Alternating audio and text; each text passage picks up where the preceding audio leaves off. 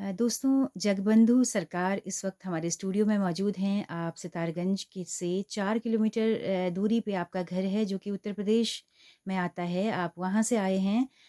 2013 में आपने इंटरमीडिएट किया था फिजिक्स, केमिस्ट्री, बायोलॉजी से, और आपकी बहुत दिली इच्छा थी कि आप केमिस्ट्री के टीचर बनें, केमिस्ट्री पढ़ाएँ और पढ़ें भी।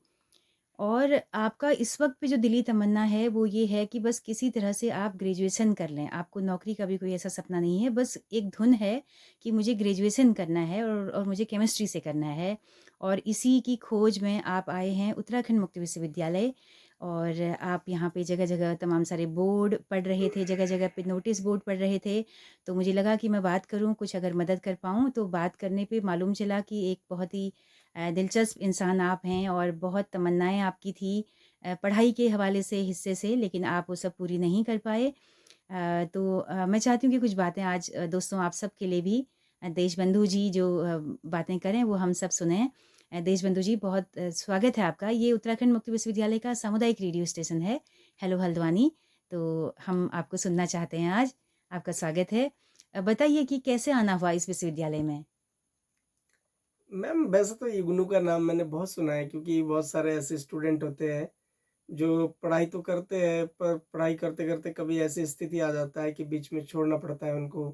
कोई उनके अलग मतलब उनके फाइनेंशियल मैटर होता है या फिर कोई पारिवारिक स्थिति ऐसा हो जाता है कि वो उस टाइम मतलब पढ़ाई से काफ़ी जैसे क्लोज़ नहीं रह पाते हैं। सोचते हैं कि मैं ये करूँगा लेकिन हो नहीं पाता है किसी भी हर किसी का क्योंकि अलग-अलग कोई परेशानी होता है। हुँ।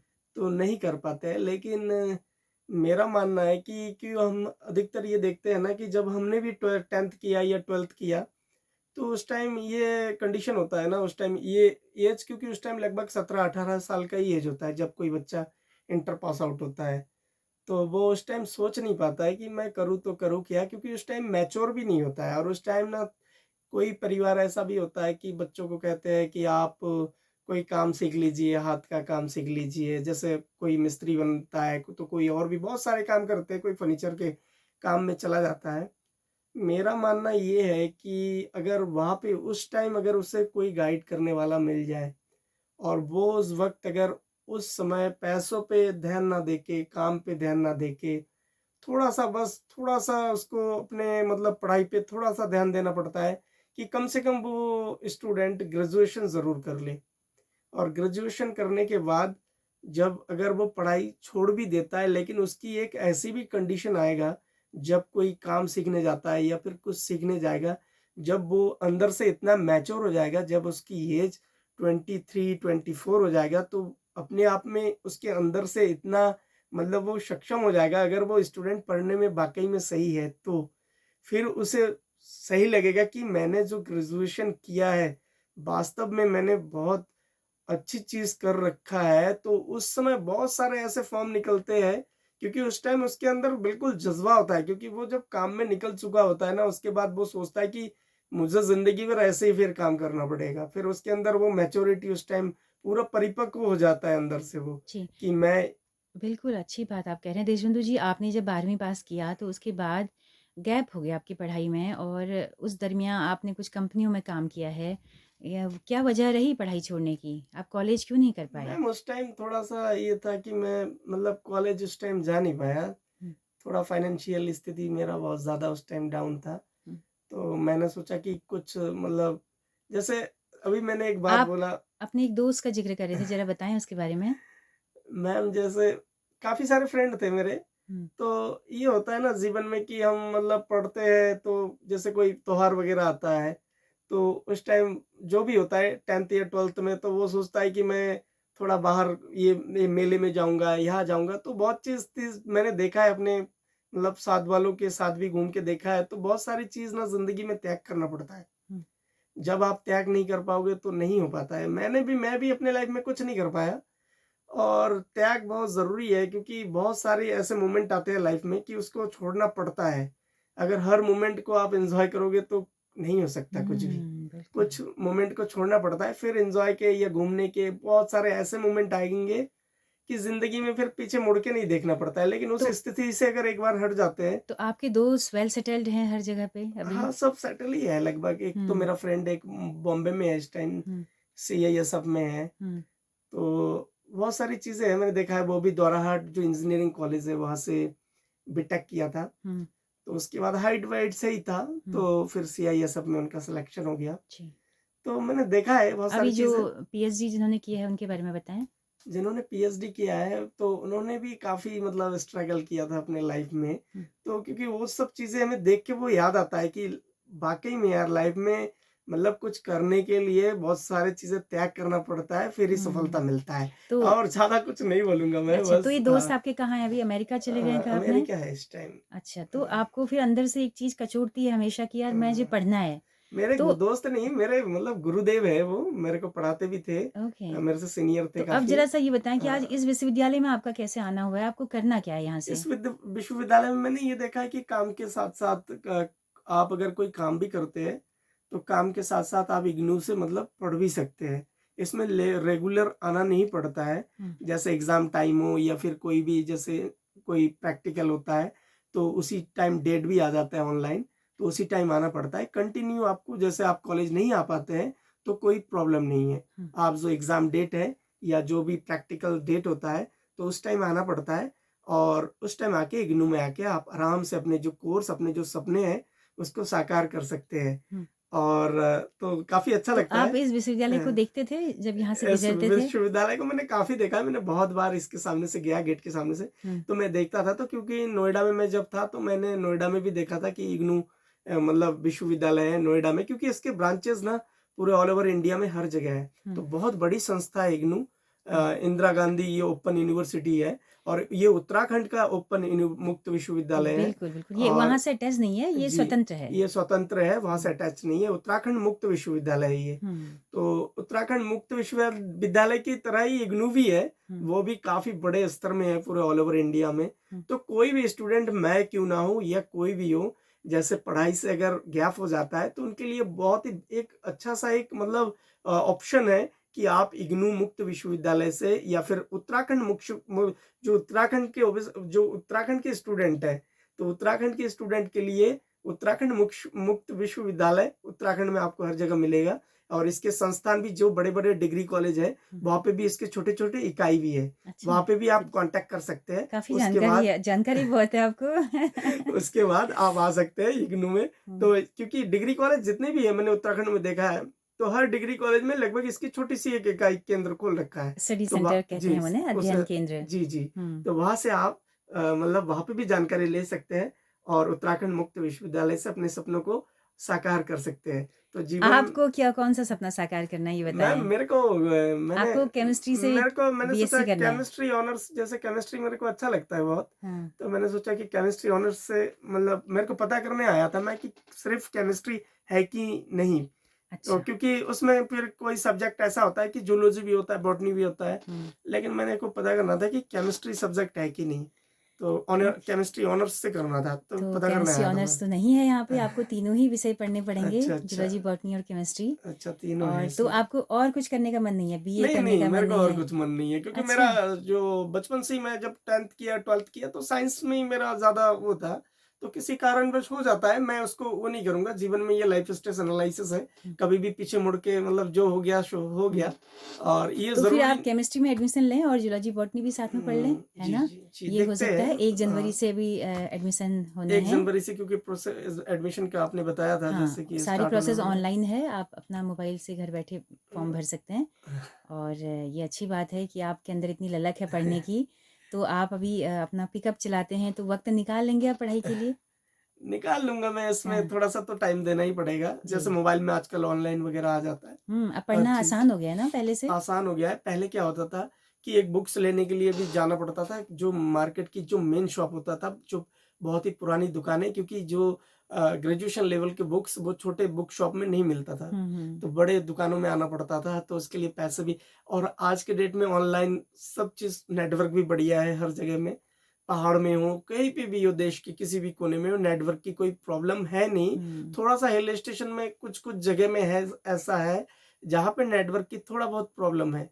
पर कुछ जगह ऐसा है जहाँ पे नेटवर्क की कोई प्रॉब्लम नहीं है, तो बहुत से अच्छा-सा मतलब पढ़ाई आप कर सकते हैं। हुँ। क्योंकि ऑनलाइन आप बुक्स को भी उसमें डाउनलोड करके आप उसको देख सकते हैं, पढ़ भी सकते हैं। और बहुत सारे सोशल मीडिया के माध्यम से भी पढ़ सकते हैं, कोई चैप्टर जैसे समझ में नहीं आता है, तो बहुत सारे क्योंकि यूट्यूब यूट्यूब है, बहुत सारे ऐसे प्लेटफ़ॉर्म है, बहुत अलग-अलग है, तो उसमें बहुत सारे टीचर्स ने भी आजकल वो चैनल बना रखा है, हुँ। तो उसमें भी आप देख सकते हैं, पढ़ भी सकते हैं और तो चैप्टर को भी आजकल तो डाउनलोड कर सकते ऑनलाइन हैं। चैनल्स का भी है, अगर आपको केमिस्ट्री हाँ। में इतना रुचि है, तो आपने कभी सोची कि मैं अपना चैनल बना के कुछ पढ़ाऊँ? मैम मैंने वैसे हाँ, खुद ही कुछ नहीं कर पाया, तो अच्छा। वो चीज़ उस टाइम माइंड में नहीं आता है जब बंदा खुद सक्सेस नहीं होता है। हुँ, जब आप खुद सक्सेस हो जाएँगे तो अपने आप आपके लिए सारे रास्ते खुल जाएँगे। और एक मतलब मेन मैंने मैंने आजकल एक चीज़ ये देखा है कि लोगों को देखता हूँ बड़े चैनल बनाते हैं, मतलब हर चीज़ में देखता हूँ। कुछ लोग तो एजुकेशन से रिलेटेड है, जो कि बहुत अच्छी बात है, मतलब सोशल मीडिया कोई खराब चीज़ नहीं है, अच्छा चीज़ है। लेकिन कुछ चैनल भी मैं देखता हूँ ये वो मतलब कुछ वीडियो मतलब हट के बनाते हैं। हुँ, लेकिन अगर मैं कहूँ तो सोशल मीडिया को अगर ढंग से यूज़ किया जाए तो इससे भी बढ़िया चीज़ कुछ नहीं है। हुँ, आपको हर जानकारी आप जो पहले हम क्या होता था जो 10th में थे तब हमें वो जानकारी नहीं होगा। आज हुँ। के डेट में 3rd क्लास बच्चा के स्टूडेंट को पता है। सब कुछ पता है। तुरंत एकदम मोबाइल में बोलते ही तुरंत आ जाता है सारा बिल्कुल। चीज़। देशबंधु जी, तो बहुत आपने चीज़ें हैं। आपने एक डिप्लोमा भी किया है एग्रीकल्चर का, ज़रा-सा उसके बारे में बताएँ? मैंने एक डिप्लोमा किया था ग्लोबल यूनिवर्सिटी से। हुँ, तो क्योंकि गैप होने के बाद फिर मैंने सोचा एक डिप्लोमा कर लेता हूँ। फिर एक डिप्लोमा भी कर रखा है मैंने एग्रीकल्चर से रिलेटेड, हुँ, जिससे कि किसानों को मतलब समझाया भी जा सकता है, कौन-सा मेडिसिन किस टाइम यूज़ होता है। तो उससे मतलब गवर्नमेंट की तरफ से लाइसेंस वगैरह भी मिल जाता है कि ओके। आप उससे दवाई की सेल्स वगैरह कर सकते हो, किसानों को बेच सकते हो। उससे जैसे जो भी कृषि विभाग होता है वहाँ जाके लेके जाने के बाद वहाँ से लाइसेंस दे देते हैं। ओके, तो क्या उससे कोई क्या नाम छोटा-मोटा बिज़नेस कर सकते हैं। ओके, क्या नाम है इस कोर्स का? मैम ये एग्रीकल्चर डिप्लोमा होता है 1 ईयर का, ओके, ओके। तो ये जो भी करते हैं तो इस तो फ़ील्ड में आपको जाना नहीं है, मैम फिलहाल? नहीं करना है अभी कुछ जी, जी, वैसे जी। तो ग्रेजुएशन। देशबंधु क्योंकि जी, ये हमें केमिस्ट्री एक और भी बात है, अगर केमिस्ट्री जैसे केमिस्ट्री एक ऐसा चीज़ है ना, केमिस्ट्री से अगर कोई भी जैसे ग्रेजुएशन भी कर लेता है, कोई ज़रूरी नहीं है कि आपको एग्रीकल्चर से बीएससी करना है, हुँ, कोई ज़रूरी नहीं है। जीवन तो ऐसे ही मतलब देखिए टाइम रुकता नहीं है, वो गुज़रता हुआ चला जाएगा और फिर ज़्यादा सोचना भी नहीं चाहिए जी, जी, जी। कि अच्छा उससे फिर आप हरासमेंट होता है अपने आप को कि मैंने ये कर हुँ, दिया, वो कर आपके दिया। पिताजी क्या करते हैं? मेरे पिताजी वैसे तो मज़दूरी करते हैं इस वक़्त भी। अच्छा, ओके। अ, और आपको कैसा लगता है कि आप उत्तराखंड के एकदम बॉर्डर पे हैं? मैम उत्तराखंड बॉर्डर पे नहीं, वैसे तो मेरा जन्म हल्द्वानी में हुआ है, मेरा जन्मभूमि हल्द्वानी है। अच्छा। हम पहले हल्द्वानी में ही थे हुँ, और मैं जब दुनिया में आया हूँ तो इस हल्द्वानी में ही मेरा जन्म हुआ है। हुँ, हुँ, हुँ। लेकिन उसके बाद जैसे जिसकी भी थोड़ा बहुत ज़मीन होता है, जो भी है, तो उस टाइम क्या हुआ था यूपी उत्तराखंड नहीं बना था, जब हुँ, उत्तर प्रदेश ही था ये। हुँ, हुँ, तो हुँ। उत्तर प्रदेश जब था तो हमारा डिस्ट्रिक्ट नैनीताल हुआ करता था। तो हुँ, हमारी जहाँ पे खेत है, तो वहाँ पर तो वो भी नैनीताल डिस्ट्रिक्ट में ही था। जब ये हुँ, उत्तराखंड बना तो 2001 में जब उत्तराखंड बना 9 नवंबर 2001 को हुँ। तो उस टाइम 2000 में बना 9 हाँ, नवंबर 2000 में जब हाँ, उत्तराखंड बना। 2000 में बना। जी। हाँ, सॉरी। तो उस टाइम ये जो हमारा जो जिला नैनीताल था तो इसको भी वहाँ से मतलब बॉर्डर एरिया था। तो नैनीताल डिस्ट्रिक्ट को इसमें भी परिसीमन किसी के आधार पे फिर वो थोड़ा-सा जगह बरेली डिस्ट्रिक्ट में चला गया। ओके। तो तो फिर यूपी बॉर्डर के के बॉर्डर लोगों की जो व्यथा हाँ, है ना, उसको थोड़ा जानना चाह क्योंकि रही हूँ मैं, हमारा बॉर्डर पे क्योंकि ये होता है ना, मैंने एक काम चीज़ सब देखा है। कुछ उत्तराखंड में होता है, जी, रहते जी। आप यूपी में उत्तराखंड हैं। की सारा कुछ उत्तराखंड में ही है, खाना-पीना, राशन हाँ, लेना, हाँ। सारा कुछ उत्तराखंड से ही है। हुँ। अब वही अब उस टाइम पार्टीशन हो गया है, अब अब क्या कर कोई न सकते हैं कोई क्योंकि मेरे जो रिलेटिव रिश्तेदार हैं, तो वो उत्तराखंड में ही हैं सारे लोग लगभग अच्छा, दिनेशपुर में हैं, अच्छा, सितारगंज में हैं, शक्ति ओके। फार्म में हैं, हुँ, तो ये रुद्रपुर में हैं। तो हुँ, वही लगता है कि मतलब पार्ट पार्ट जैसे उत्तराखंड बन गया, यूपी में हम रह हुँ। गए, तो थोड़ा-सा तो लगता ही है। जी। बहुत चीज़ें प्रॉब्लम होता है क्योंकि एक चीज़ हमने देखा था उस टाइम नोटिस मैंने बहुत किया था, हुँ, जब हमने इंटर पास आउट किया था तो ये उत्तर प्रदेश में उस टाइम स्कॉलरशिप बेसिस पे उत्तर प्रदेश में एडमिशन होता था, पर किसी-किसी स्टूडेंट का स्कॉलरशिप आता था, पर किसी-किसी कॉलेज में स्कॉलरशिप नहीं आता था। हुँ, हर कॉलेज में स्कॉलरशिप हर बच्चे को नहीं मिल पाता था। लेकिन उत्तराखंड की ये तारीफ़ मैं ज़रूर करूँगा, उत्तराखंड गवर्नमेंट की सराहना करूँगा और उस टाइम किसका गवर्नमेंट था इतना आइडिया नहीं है मुझे, कांग्रेस या बीजेपी दोनों में से एक हर टाइम चेंज होता रहता है, जी, उत्तराखंड में तो कंटिन्यू देखने को मिला है। जी। लेकिन मेरे साथ के बहुत सारे स्टूडेंट थे, शक्ति फार्म या सितारगंज साइड के, दिनेशपुर के भी थे। तो इस गवर्नमेंट की मैं ये तारीफ ज़रूर करूँगा, क्योंकि एक यूनिवर्सिटी है रुड़की में, फोनिक्स ग्रुप ऑफ इंस्टीट्यूशन। हुँ, वो अब यूनिवर्सिटी बन गया, उस टाइम इंस्टीट्यूशन था, हुँ। Phonics group of institution. और मदरहुड यूनिवर्सिटी भी था। तो मदरहुड यूनिवर्सिटी शुरू से ही मदरहुड यूनिवर्सिटी था। तो वहाँ पे जो बच्चे बीटेक या कोई भी जो ग्रेजुएशन लेवल के जो अच्छे कोर्सेज करने के लिए गए थे, एकदम मिडिल क्लास के फैमिली के थे। मतलब उनका क्षमता नहीं था कि 60,000 रुपए पे करे पर ईयर। लेकिन गवर्नमेंट ने उनको स्कॉलरशिप बेसिस पे एडमिशन करवाया। जितनी भी स्कॉलरशिप आया सब कॉलेज ने लिया, स्कॉलरशिप बेसिस पे उनका एडमिशन हुआ। ओके। और उनका मुश्किल से 10 से 12,000 रुपए पर ईयर खर्च आया कॉलेज का, अच्छा। मुश्किल से, वो भी उससे ओह! भी कम ही आया है। और बाकी रहना पीना, लेकिन स्टूडेंट ने अपने मतलब मेहनत करके उन लोगों ने वहां से वो अचीव किया क्या है बात है! तो आप डिप्लोमा। तो ये एक बहुत अच्छी चीज उत्तराखंड में। तो ये व्यथा लगा उस टाइम कि हम यूपी में आए और उत्तराखंड वाले को, बच्चे को स्कॉलरशिप बेसिस पे एडमिशन मिल रहा है, हम लोगों को नहीं मिल रहा है। तो ओहो! ये सब चीजें उस टाइम लगता है, उस टाइम लगता है बहुत ज्यादा। और उस टाइम लगा भी है। तो उस टाइम हम भी मतलब गए थे कॉलेज में। लेकिन उस टाइम मैं कुछ नहीं करता था। इंटर के बाद मैं कॉलेज में जरूर गया था, रुड़की में। लेकिन उस टाइम पैसे के चक्कर से नहीं हो पाया, क्योंकि 60,000 रुपए हमारे लिए बहुत हुआ करता था, बहुत, उस टाइम बहुत हुआ करता था। 60,000 रुपए, क्योंकि हम 1 रुपए नहीं कमा पाते थे। 60,000 रुपए हमारे लिए तो बहुत ज्यादा हुआ करता था। तो उस टाइम यहाँ के स्टूडेंट को, उत्तराखंड के स्टूडेंट को स्कॉलरशिप बेसिस पे एडमिशन हुआ। पर हम रुके भी थे एक दिन वहाँ पे। लेकिन यूपी के स्टूडेंट को, क्योंकि यूपी में ही हो पाएगा, पर यूपी में हर कॉलेज में स्कॉलरशिप बेसिस पे एडमिशन नहीं हो रहा था। तो हुँ। ये सब चीज़ें देखा है। और बाकी उत्तराखंड में तो देवभूमि है, पूरा जन्नत है कहूँ तो। उत्तराखंड में ऐसे-ऐसे स्कोप, मैंने ऐसे-ऐसे चीज़ें पहाड़ों में देखा है कि मतलब दिल को छू जाता है। और टूरिस्ट लाइन है और बहुत सारे ऐसे चीज़ है, लोग होम स्टे वगैरह बना रहे हैं। तो लोगों को अब बाहर जाने की भी ज़रूरत नहीं है। थोड़ा-सा एजुकेशन लीजिए और एग्रीकल्चर से रिलेटेड कीवी की खेती भी आजकल भीमताल में भी देखने को मिल रहा है। भीमताल में मैं एक घर में गया हुआ था, तो वो कीवी के नाम से वो घर बड़ा फ़ेमस है, नाम उसका भूल गया मैं। और उस जगह का नाम है श्याम खेत। तो श्याम खेत में उन्होंने कीवी से पूरा घर को एकदम कवर करके रखा है। तो हुँ। इतना खूबसूरत लगा, आज शायद अब भी एक आध कीवी होंगे लगे हुए हैं पेड़ में। क्या उनके जो पौधे हैं पूरा उनने हाँ। बाहर से लाया। और बड़ा अच्छा फार्मिंग करते हैं। और भी पिथौरागढ़ में भी वीडियोस बहुत देखे हैं, कीवी की खेती हो रहा है। क्योंकि उत्तराखंड का जलवायु जो टेम्परेचर है, तो बहुत मतलब किसानों के लिए जो महंगे जो फल फ्रूट होते हैं, उनके लिए अनसीजनली जो फल सब्जी होते हैं, उनके लिए बहुत वो एटमॉस्फेयर बेटर है। तो किसान लोग खेती भी कर रहे हैं, अच्छा मुनाफा भी कमा रहे हैं।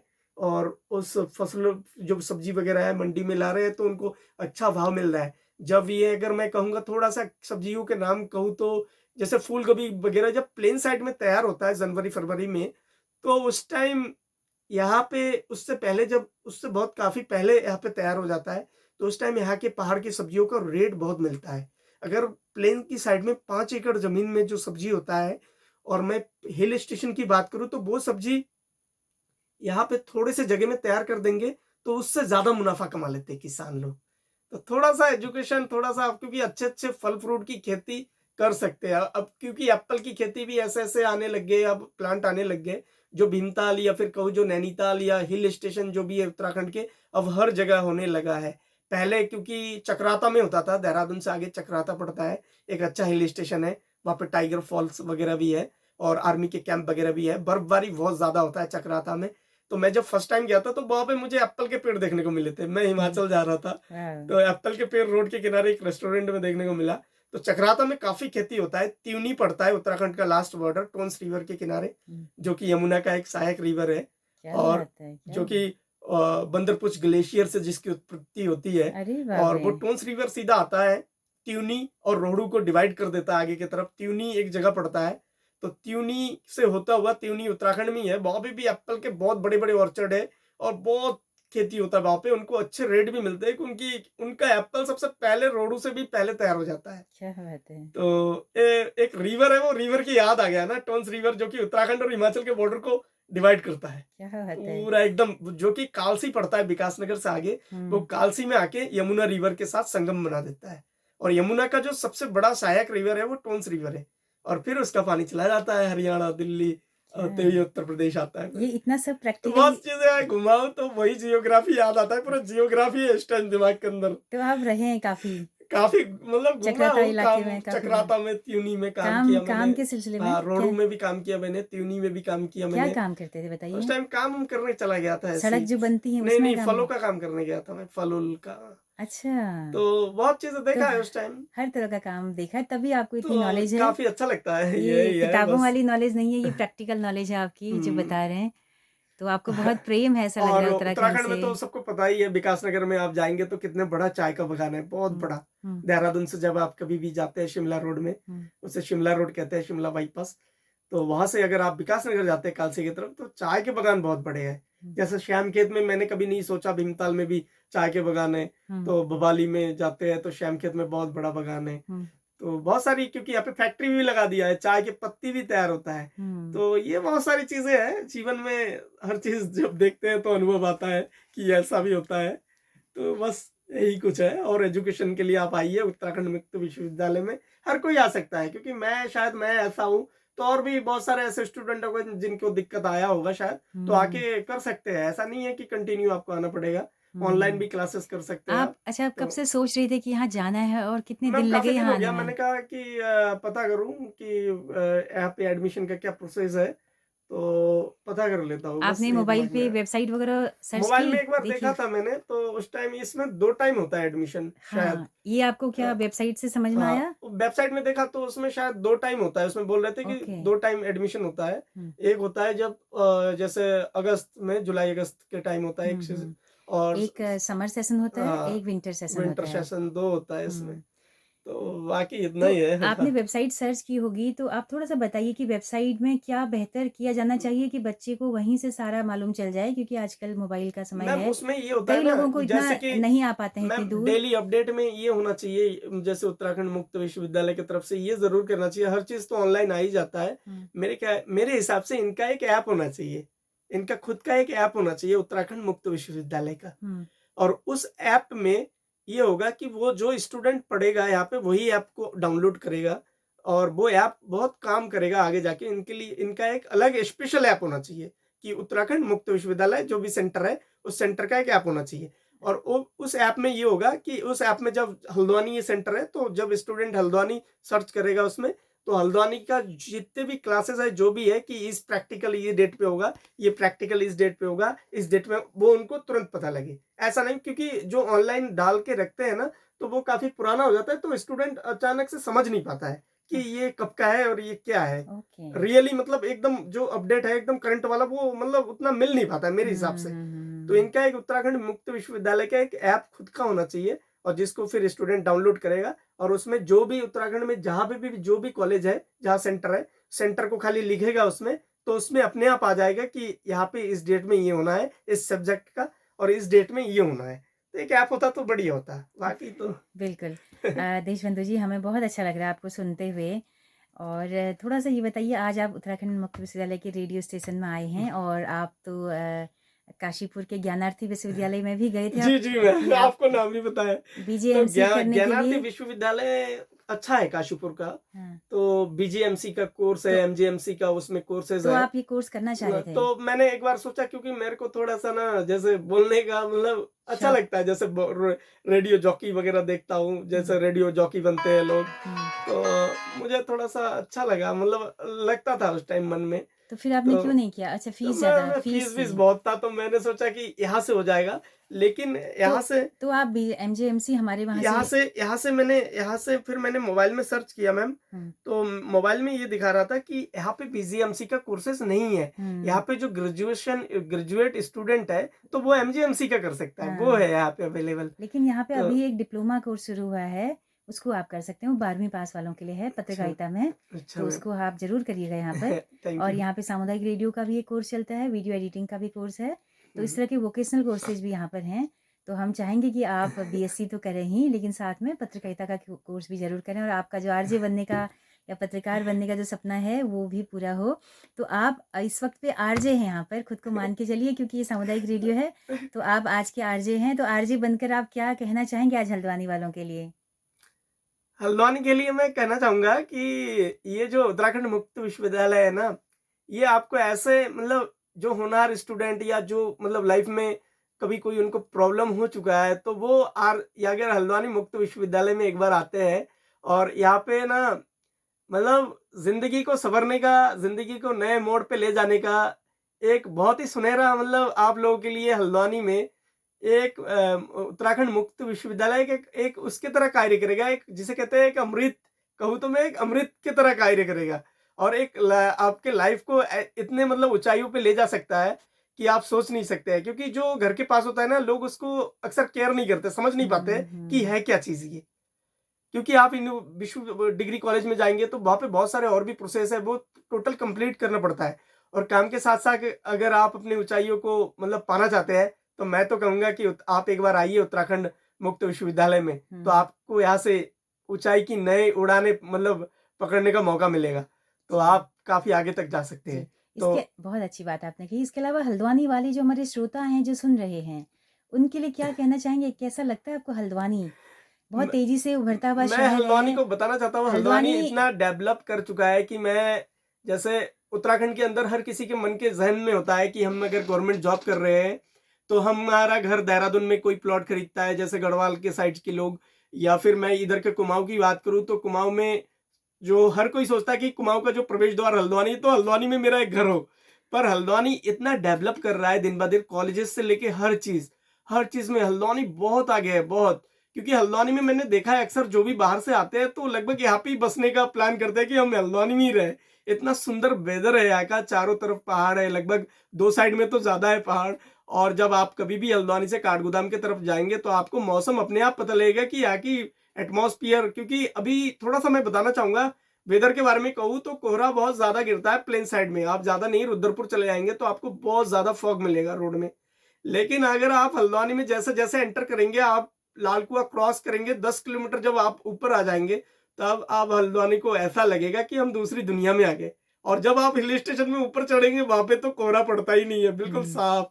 हल्द्वानी बहुत सुंदर है एजुकेशन के मामले में, हर एजुकेशन का सेंटर हल्द्वानी में है। हुँ। चाहे नीट की तैयारी करें, चाहे आप कोई सी भी एसएससी की तैयारी करें, कोई सी भी तैयारी करें आप हल्द्वानी में, कोई सा भी मतलब जितने भी मतलब डिप्लोमा हो या फिर नौकरी के लिए आप अप्लाई करना चाहें, उसके कोचिंग सेंटर्स हो, तो हल्द्वानी बहुत आगे है मैम, बहुत आगे। और हल्द्वानी आने वाले टाइम में इतना सुंदर बनेगा कि मेट्रो भी शायद लगेगा हल्द्वानी में भी एक ना एक दिन। हुँ। और अभी तो सुनने में आया कि एक एलिवेटेड रोड भी बन रहा है, जो यहाँ से मतलब हल्द्वानी से डायरेक्ट हरिद्वार, जो कि उत्तराखंड की राजधानी जाने के लिए हुँ, बेटर रहेगा हुँ। और 2 घंटे में सफ़र होगा।